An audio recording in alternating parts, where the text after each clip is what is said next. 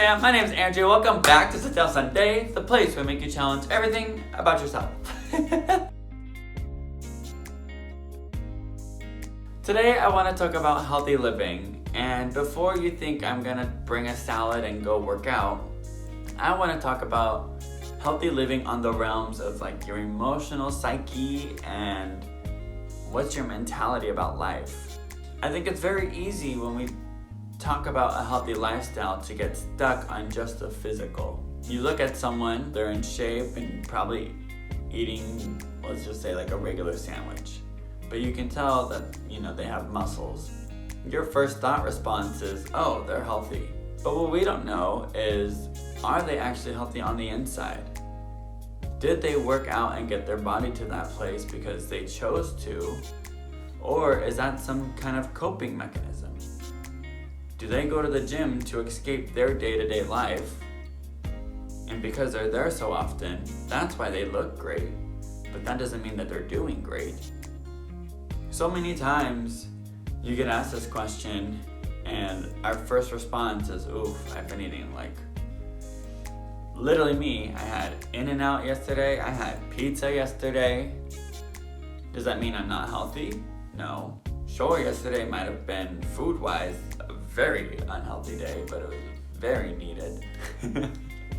But there's so much more than just what goes towards your skin and your hair and your nails. What is your mentality when things go wrong? If you wake up and the first thing you think of is today's gonna be a bad day, I'm gonna say 9 out of 10 times you're probably gonna have a bad day because you're setting up for failure already. With mentality, it's not tangible. You have to really dive into thinking about it. And so then I ask this, do you find yourself critiquing yourself more? Or do you find yourself giving yourself more compliments? A challenge that I try to do for myself is every time I give myself a critique or I say one out loud, I mentally try to make a compliment inside my head. And it's by doing that and by providing both sides, that's where I can find my balance. That's when I can find that common ground of, well, I'm not too negative, I'm not too positive, I'm not saying I'm perfect, but I can find a good middle. So many times we get stuck and complacent with things being just the way that they are because that's just the way they are. But even that mentality is a defeatist mentality. We're not even talking about the emotional side, right? Because if your mentality is already set up for failure, well, no wonder why your emotional side doesn't want to be happy. Your mentality is your response, is your words, is your actions.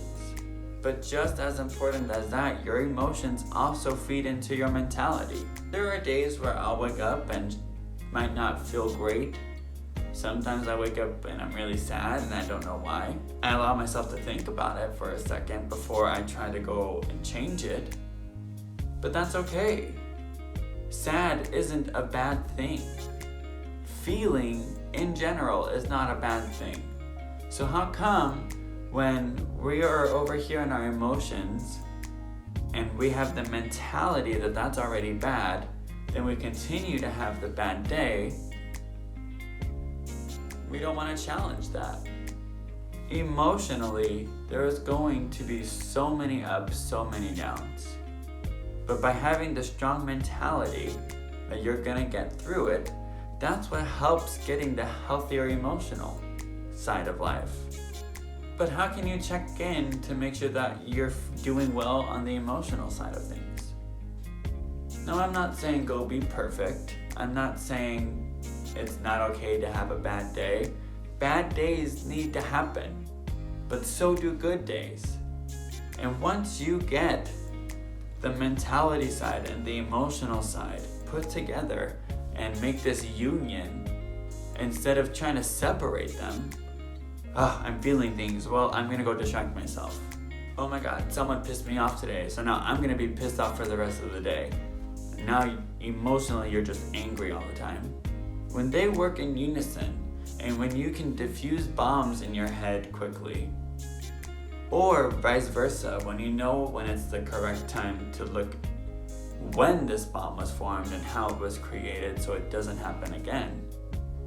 That's when you find yourself not always comparing what you're doing. You find yourself being a little bit happier and not feeling guilty when you have a day of eating In-N-Out and pizza. There's always has to be a balance. And there has to be moderation of everything, which that is what leads into the physical. You're not gonna go get your dream body and keep it if your mentality and your emotions aren't in place to sustain it. My body fluctuates a lot. And sometimes when I'm in the midst of eating healthy, treating myself right, and my life is great, that's usually when I have the most toxic behaviors.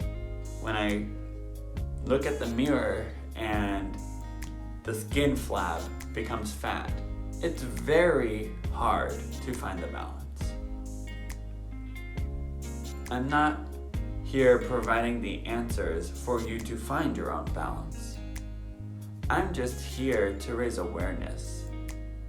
Are you doing what you need to be doing to make your healthy lifestyle on the mental spectrum good, on your emotional capacity good?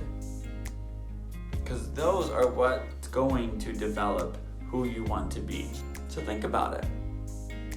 What and who and why are you doing what you are doing?